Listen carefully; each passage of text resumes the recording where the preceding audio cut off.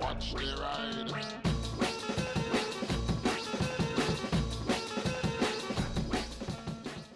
Hey everybody, hope you're all doing alright out there. So, I have a couple of free hours, so I'm going for a little ride.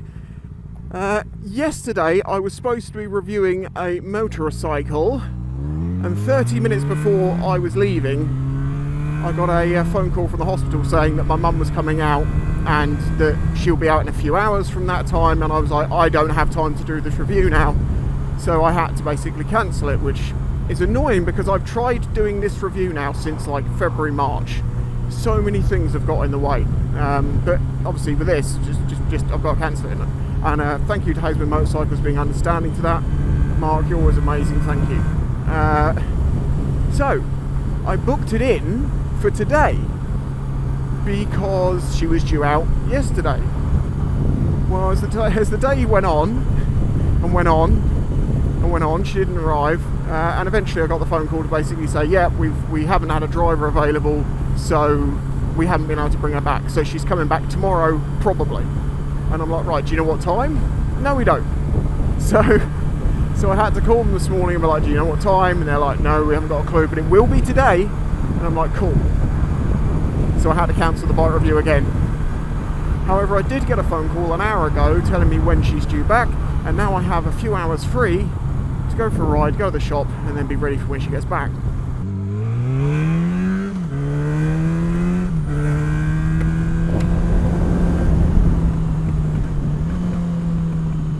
And now, assuming that she actually does get out today, God, this lighting's going to be a nightmare for this camera.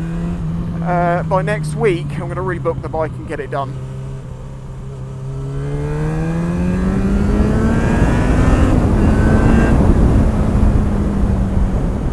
So not only do I have time for a little ride, this actually gives me an opportunity to test my sort of whole setup out before I do the review, just in case anything goes wrong, there's an SD card issue, something like that. It's nice to know things are working, or should be, before you go. But given that she's now out of hospital, I can tell you about a funny story. When I went to see her the other day, the hospital that she was in is being worked on at the moment. They're building new bits, they've got like main parts closed and other bits are open, and you go through different doors. But one of the things they've done is that they've built a new building off to one side of the main building that is connected by a corridor. However, the top floor between the two buildings isn't. So if you want to go from a room over here on this floor straight across to the one over there, you have to go down, across and back up. I assume they're fixing this because it's ridiculous. Now, where the real confusion comes in is, let's just call this floor the orange floor. So orange floor, ward 1 to 6, and 8 to 10, say, is off on this side of the building, and number 7 is on the other side of the building that you can't walk straight across, as I've explained.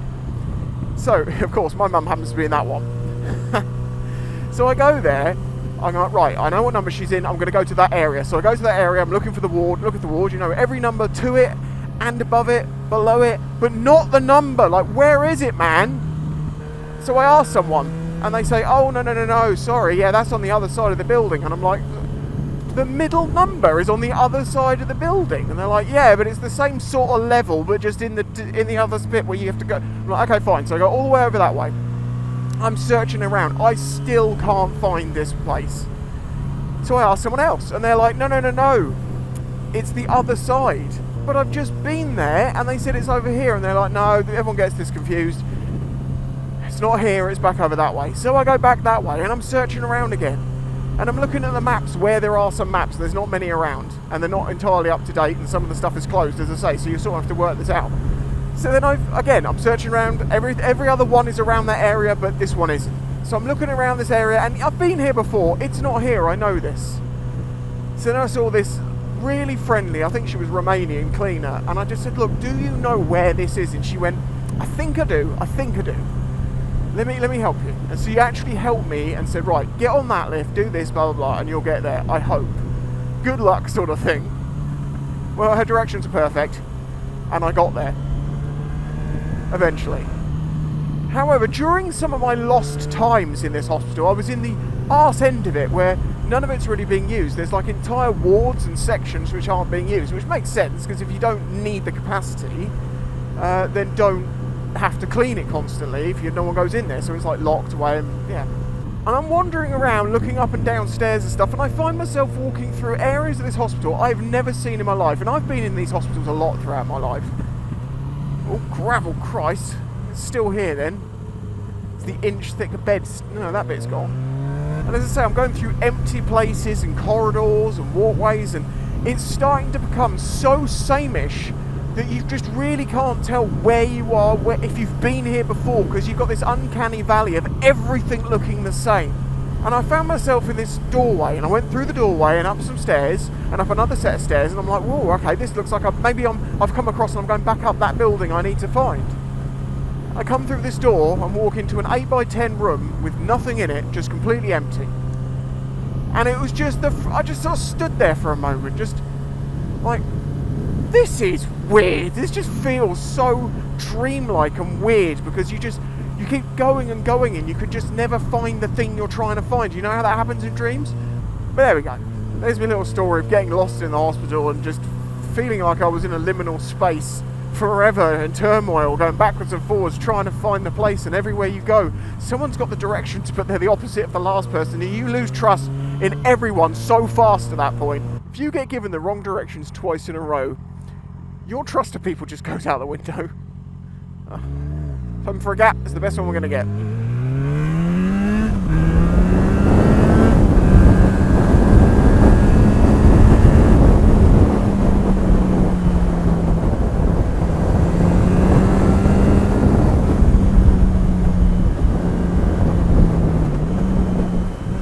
Trying a wider line. No, I don't like it.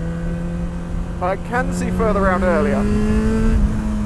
If you watch my videos regularly, you know I keep working out what is the best and safest line for that corner.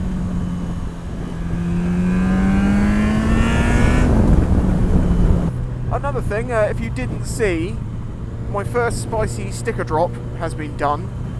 If you check out the shorts, you'll see it got found pretty quickly.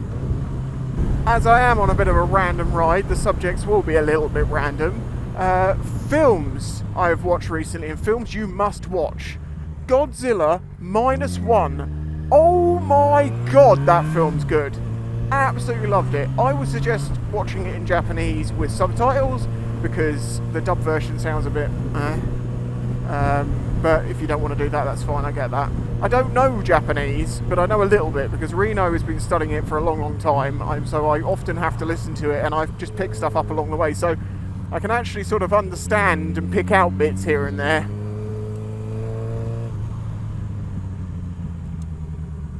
But obviously, with Japanese, it seems like it takes them quite a while to actually say much in English, so reading it with subtitles is very easy. Or they've simplified it down a lot. Oh, also, Oppenheimer. I've watched it now. There are things about it I like.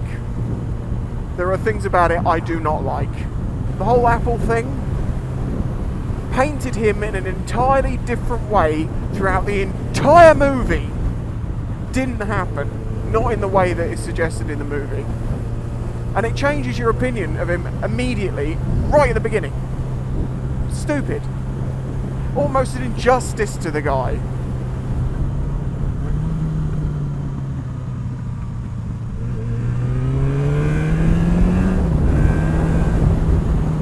I also need to get used to, well, riding a little more spiritedly again, because, well, past couple of weeks, I have hardly ridden. And I need to be very comfortable, obviously, because I've got to jump onto a review bike, which is something you've never ridden before. I only get it for a few hours, and in that time I've got to sort of get to know it in a way that I can ride it like maybe you've owned it for a few months. Basically, it's just trusting the bike and knowing that generally bikes handle very well, but you have to have that confidence that keeps you safer, if you know what I mean. Like in F1, if you don't keep to it, you're going to come unstuck. So the same sort of thing, you have to be committed to stuff. If you're hesitant, unbalances your bike, and it's not good. Ow! Ow! That was a hefty leaf. Leaf it out. Why don't you branch off into a new career? Bark orders at someone. Oh, I'm sorry, my joke's too wooden. The root of the issue is my upbringing.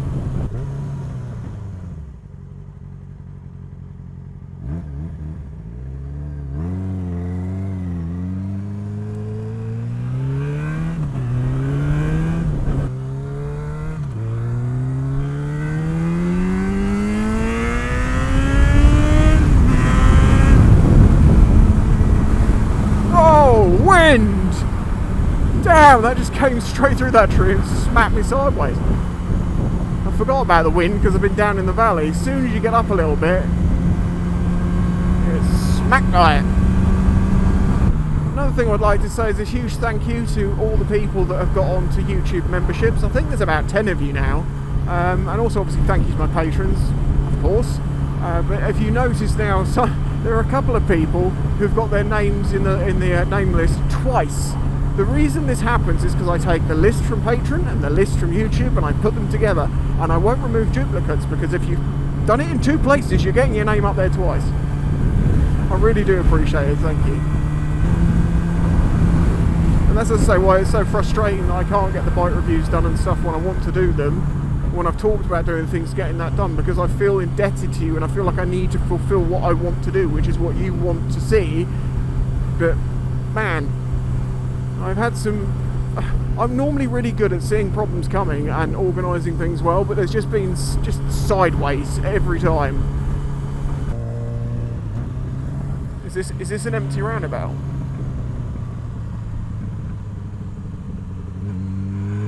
Be rude not to, right? Oh, I forgot about the diesely stuff. Oh no! I've got to come back across that.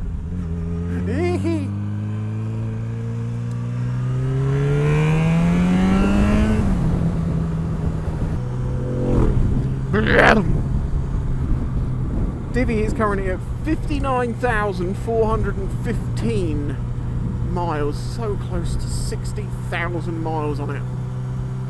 However, the age is showing somewhere. I've got this funny feeling that the damping in my rear shock is not as good as it used to be.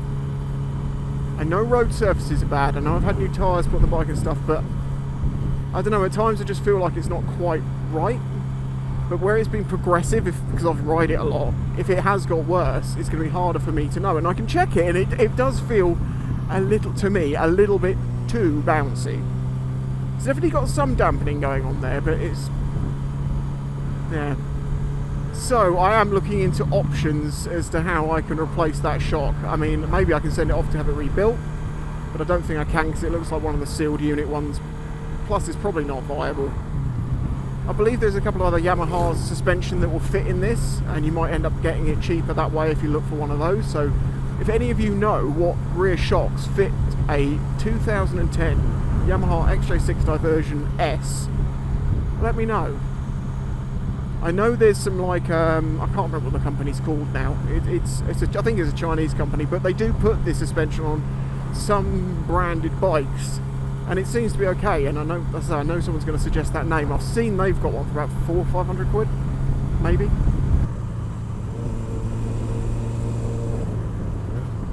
Traffic.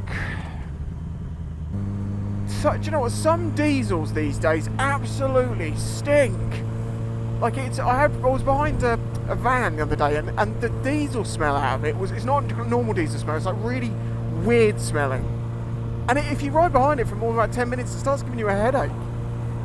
Like, Jesus, what is coming out the back of them? It smells like exhaust. Actually, no, I've had a similar smell before, and it was a Husky 701 with a new exhaust. When that packing in that exhaust started to first, heat up and burn through, right behind it absolutely stank.